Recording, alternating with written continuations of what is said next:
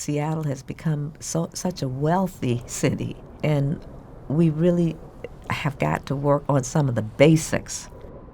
We already know what to do. It's no mystery. Permanent supportive housing with truly supportive services. Housing is a human right. People should not have to live on the streets. We should not be so concerned about judging people. We should be more concerned about housing people. You just see a lot of loss in people's lives, and then they're facing all sorts of obstacles and prejudice and judgment and lack of inclusion. My hope and dream would be that we would eventually recognize that meeting human needs, basic needs, would be good for everyone.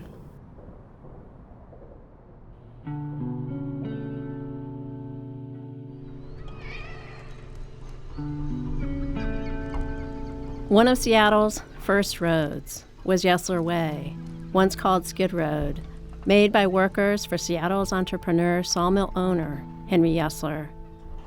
In the early 1850s, his workers cut towering fir and cedar trees and rolled them down the hill on logs or skids to Yesler's sawmill on Puget Sound.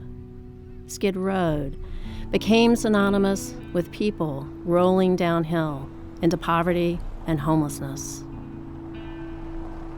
How do we reconcile the fact that the Seattle of today is both a progressive, hopeful city and a place in which homelessness is such a large, growing, deeply entrenched problem? Is it, as many critics claim, precisely because of our progressive politics that people are attracted to Seattle and then spiral into poverty and homelessness?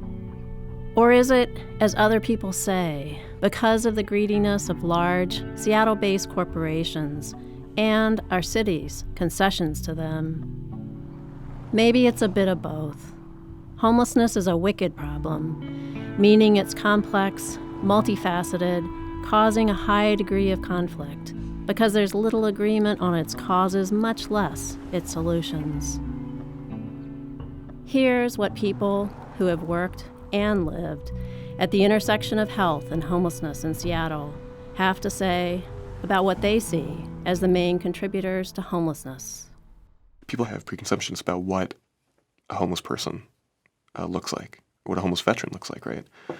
That it's a drug-addicted, mentally ill Vietnam-era veteran staying on a street corner with a sign. Maybe, but that person can get their life back together, and I've seen that. But the other thing that's been remarkable to me is how close to the edge we all are.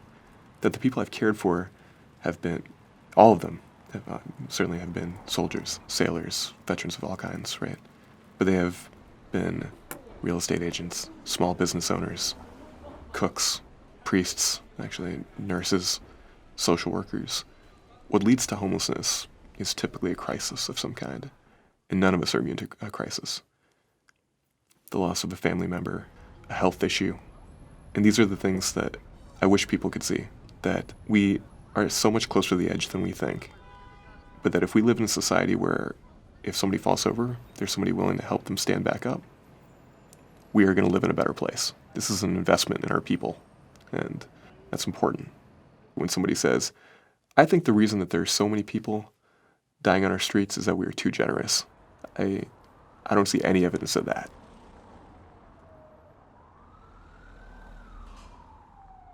Enough stress, enough trauma, anyone can begin to develop symptoms of mental health issues.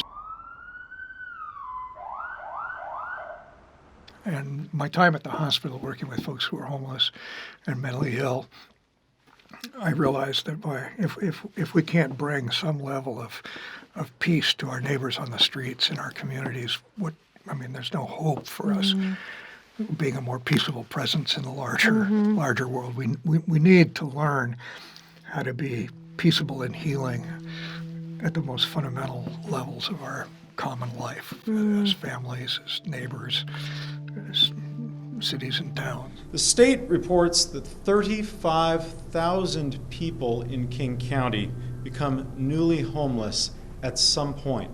during the year. 35,000. That is the population of a city the size of Issaquah. And that's why today I declare homelessness to be in a state of emergency in King County.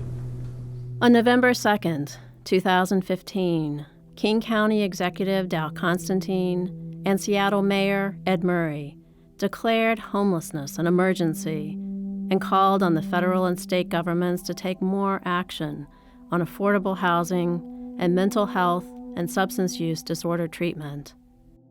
This is a really serious statement that's being made, and especially when you think of how we're generationally affecting young people who are homeless now, who are really risking being homeless for the rest of their lives.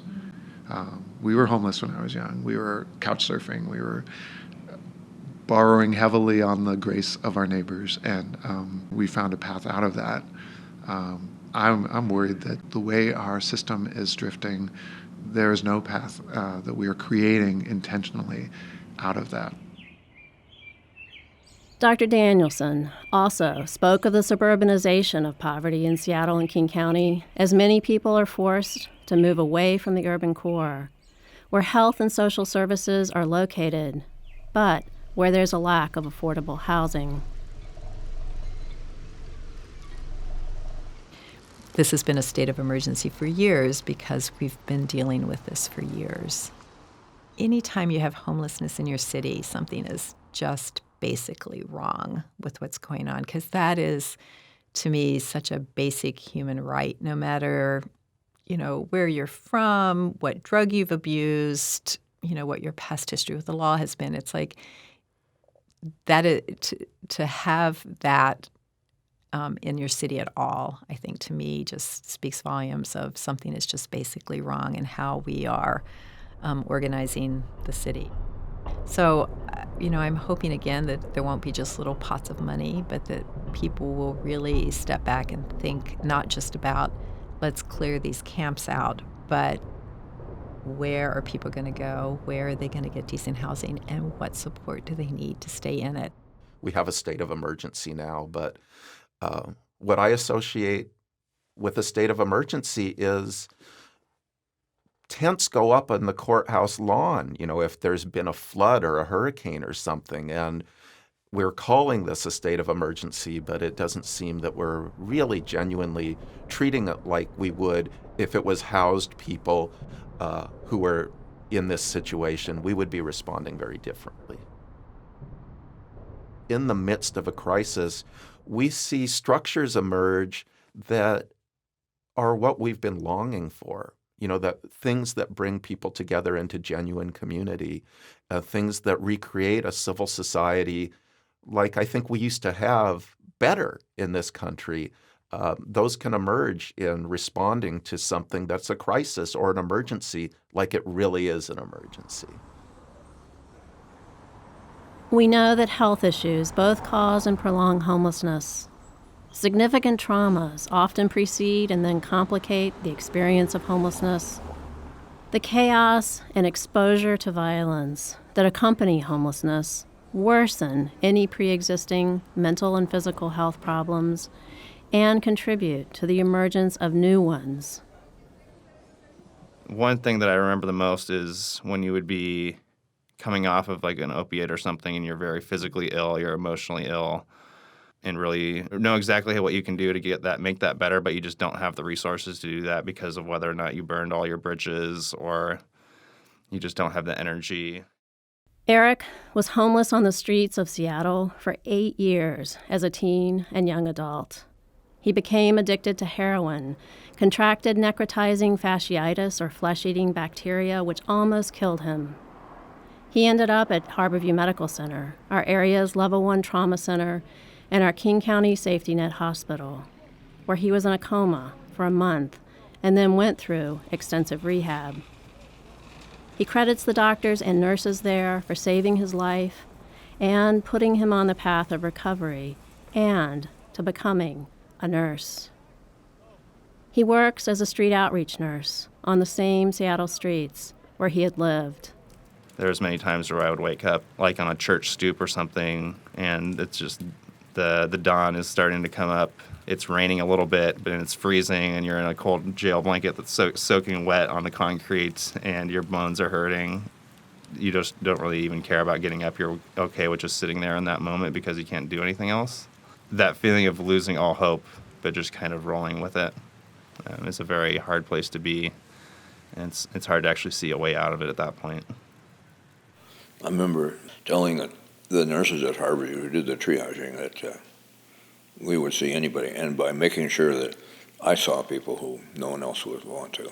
And I also spent a lot of time very quietly reconstructing their lives and their conditions and making them into gem cases. I call everybody who was admitted to the ER a gold coin. There's some value in every gold coin. Gold coins are not without value. Gold coins have value. So if you see this case as another gold coin, you'll be fine. So it was force of will. I just didn't want to see anybody mistreated. Nobody grows up to be a bum, so we didn't have bums. We just had gold coins. What would solve homelessness? Seattle was a pioneer in the housing first model of care, a type of low-barrier supportive housing for homeless people. In 2005, Downtown Emergency Service Center, working with Harborview Medical Center and the Public Health, Seattle and King County's Healthcare for the Homeless program, opened 1811 Eastlake to house 75 formerly homeless adults with chronic alcohol use disorders. The housing first model really makes sense. And I think it takes a lot of convincing of people that aren't current in the science of it or haven't thought it through much, Well, even some of the people in recovery that I know sometimes feel as though the housing first model rewards bad behavior. But I keep thinking, there's a lot of folks in housing that still struggle with mental health and addiction disorders. It's a lot easier to deal with when you're inside than when you're sleeping in the jungle or in a sort of tenuous shelter situation. I wonder about the level of rest that happens even when they're in a shelter. Especially a mat on the floor kind of emergency night-to-night shelter like Night Watch provides. And then you think about the more than 4,000 people outside at night. How are they getting any rest at all? Crying out loud, I'd be talking myself and pushing a shopping cart in 3 weeks of that, myself. So we've studied what 1811 Eastlake has meant since it opened, and another project, Plymouth on Stewart, that we've talked about in the past. And what we found is that they work. After 1 year, we have seen that emergency room visits have fallen by 74%. And you think about how costly it is for Harborview to serve somebody in that emergency room.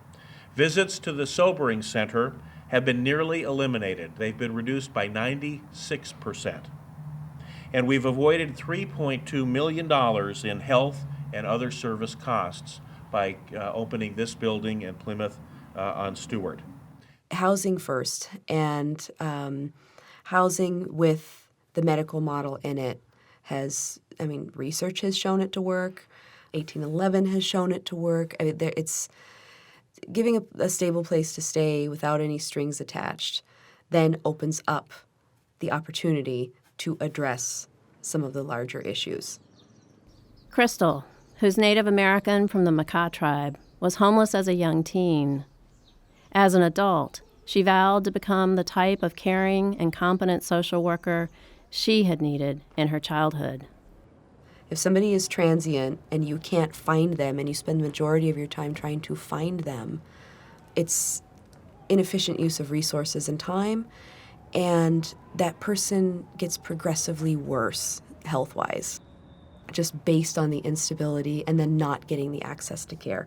So I would love to see Seattle do a lot of housing first stuff, where people are housed and the medical stuff is either within or very close. Those are basic needs. I guess it boils down to, let's address basic needs.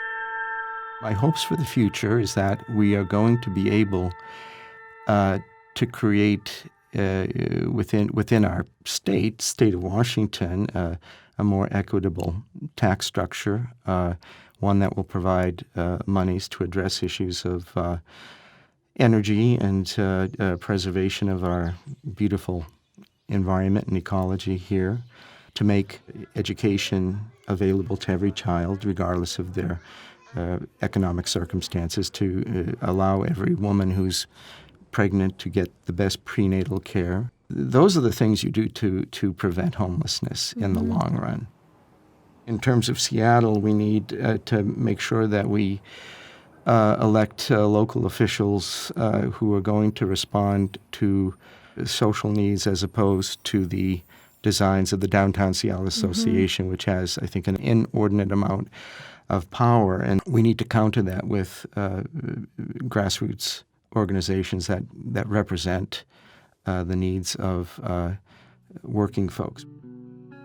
And what about policy interventions to address homelessness? Which policies and programs are effective at not only helping people survive and exit homelessness, but also preventing it? These include a focus on teens and young adults experiencing homelessness. Getting these youngsters and families on the radar screen of decision makers is always a challenge. And to have that be sustained more than a flavor of the week or flavor of the month kind of ordeal. We should care as much about our child welfare system, our juvenile justice system, our homeless system, as we do our transportation system, our education system, our foreign policy. In the work that I had done in the past that related to poverty and welfare and hunger kinds of issues, I always felt strongly that you needed to have the voice of the people most affected. You don't just have the fancy people with the big degrees deciding what's good for the people who are having a bad time. You get them at the table. It's got to be a two-way street, and they have to be part of making the decisions because otherwise the decisions aren't going to work. The way we treat each other, the way we treat women in America, the way we treat people because of their gender preferences, their sexual preferences, people of color, that these things have been around for a long time. And we've dressed it up really nicely to the point where we didn't really even discuss it. I mean, that's one of my biggest frustrations in Seattle is like really hard issues with progressives. You can end a progressive party if you bring up too many hard issues. And I think that we've dressed up this weed, and now this weed is huge. And now we have to address it. And that's the silver lining as far as I'm concerned, is that we all have to now pay attention to what's going on to people around us, regardless of what they look like, what they prefer, because it's affecting all of us now. For Seattle proper, you see the city changing. You see it getting more populated going up, and you see it spreading out and getting more populated by those people who aren't housed. I hope that everybody that isn't in a home has access to quality, compassionate care, non-judgmental care. They get treated like a human being when they're seen. It's as simple as that. There's so many programs out there and practices that just fizzle because of lack of funding, because of, I think we're so interested in what's new, what's trendy, what's the new practice, and we forget about what really does work. No, we forget that creating natural supports for people helps to not build a reliance on services. How do we build those natural supports? Maybe we should help to maintain families, and we should help to support parents in doing their parenting. So many things that do help that don't necessarily get funded. It helped me as a mayor to see housing as a way out of the homeless problem, but not the only way. You can't build your way out of the problem of people not having shelter, because we didn't have enough resources to do that. We need the federal government. It needs to be a county-wide effort at least. You know, people need to have options and choices of where they can stay. People don't go to shelters because they can't have their pet with them, or they can't go to a shelter because they smoke. And they can't go to a shelter because they've got a mental illness, which makes them asocial at certain times of their lives. So that all adds up to inhospitable places for people who need a little TLC sometimes, just that, but also who need to be known in healthcare, in housing, in shelter, in policing. The people doing that work need to know the people they're working with. If you can just get that one thing as part of the culture of even a big, tough bureaucracy like Seattle's, that could take you a long way. Well, I think that we are aware, more aware today than the 30 years ago when I first started this, to even have conversations around equity, to even have conversations about the impact of race on health and discrimination, to have conversation about homelessness, and really, we're one of the communities that we really are addressing some of these issues. I do think that there is an awareness here, and there is a level of political will. And I'm very hopeful that we will find solutions, not to polarize populations, but to bring them together. Because the interdependency that we have on everybody making it in our society means that we will make it.